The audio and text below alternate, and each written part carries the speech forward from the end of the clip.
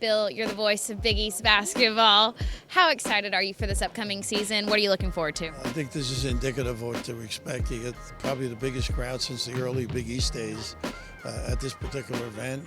And 6, 7 maybe teams potentially could make the NCAA tournament. So every night's going to be a war, and I think that's what makes it fun for people who announce games. Maybe not for the coaches, but exciting for us. And who would you say is the dark horse team of the Big East? Who do you think is going to surprise people this year?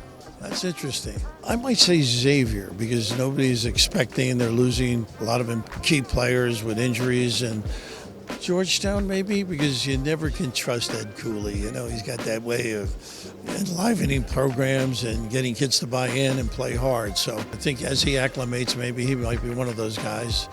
All these new kids buy in. They apparently had a very good scrimmage earlier against Wake Forest, so bodes well for them.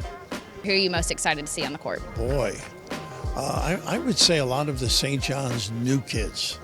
More than just one. Having watched their Rutgers scrimmage the other day, you know, there's so many young guys. Wilshire's a kid that's a heck of a player. He's got Players of the Year from the Ivy League. So I would say the combo at St. John's. Of your years watching Big East basketball, what fan base is the most exciting to witness, you know, during game time? I would say the team that's winning a lot. That fan base seems to get a little more excited. Yeah, some of the venues are very tough to go in and win. You know, Providence, for example, the public arena is one of the best in the country. I think as your team gets it going, the fan base gets it going.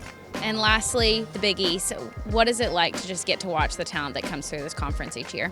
Well, I think being a basketball league, they attract kids who wake up in the morning saying, I want to play basketball. They're not worried about what football team is dominating or who's going to make the playoffs, that kind of thing. So I think that's what complements the league. Kids, particularly in the East here, the I-95 corridor, where kids are into it, and obviously the Big East is the beneficiary.